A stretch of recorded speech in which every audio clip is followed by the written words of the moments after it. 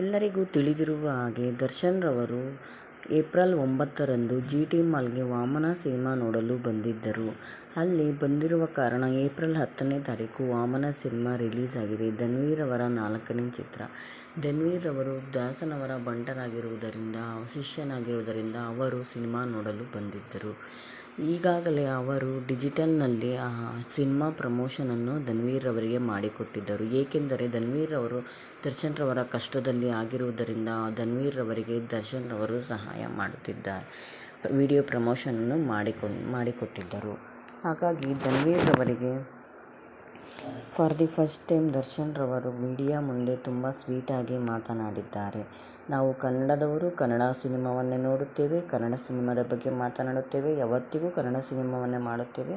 ನಾವು ಎಲ್ಲಿದ್ದರೂ ಹೇಗಿದ್ದರೂ ಕನ್ನಡದವರು ಕನ್ನಡ ಸಿನಿಮಾವನ್ನೇ ಮಾಡುತ್ತೇವೆ ಎಂದು ಹೇಳಿದ್ದಾರೆ. ದರ್ಶನ್ ರವರು ಧನ್ವೀರ್ ಅವರ ತಾಯಿಯನ್ನು ಮಾತನಾಡಿಸಿದರು.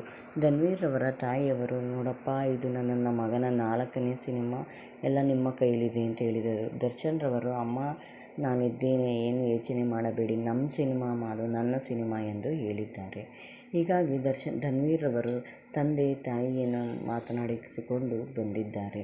ಸಿನಿಮಾ ಚೆನ್ನಾಗಿದೆ. ಮೀಡಿಯಾದವರ ಮುಂದೆ ದರ್ಶನ್ ರವರು, ಸಿನಿಮಾ ತುಂಬ ಚೆನ್ನಾಗಿದೆ, ಸಿನಿಮಾ ತುಂಬ ಚೆನ್ನಾಗಿ ಓಡುತ್ತದೆ, ಸಿನಿಮಾದಲ್ಲಿ ಡೈರೆಕ್ಟರ್ ತುಂಬ ಚೆನ್ನಾಗಿ ಮಾಡಿದ್ದಾರೆ, ತಿದ್ದಿ ಮಾಡಿರುವ ಹಾಗಿದೆ ಸಿನಿಮಾ, ಒಂದು ಟ್ವಿಸ್ಟ್ ಇದೆ, ಇದರಲ್ಲಿ ಒಂದು ಟ್ವಿಸ್ಟ್ ಇದೆ, ಎಲ್ಲರೂ ನೋಡಲೇಬೇಕು ಎಂದು ದರ್ಶನ್ ರವರು ಎಲ್ಲರಿಗೂ ತನ್ನ ಜನತೆಗೆ, ಸೆಲೆಬ್ರಿಟಿಗಳಿಗೆ ರಿಕ್ವೆಸ್ಟ್ ಮಾಡಿದ್ದಾರೆ.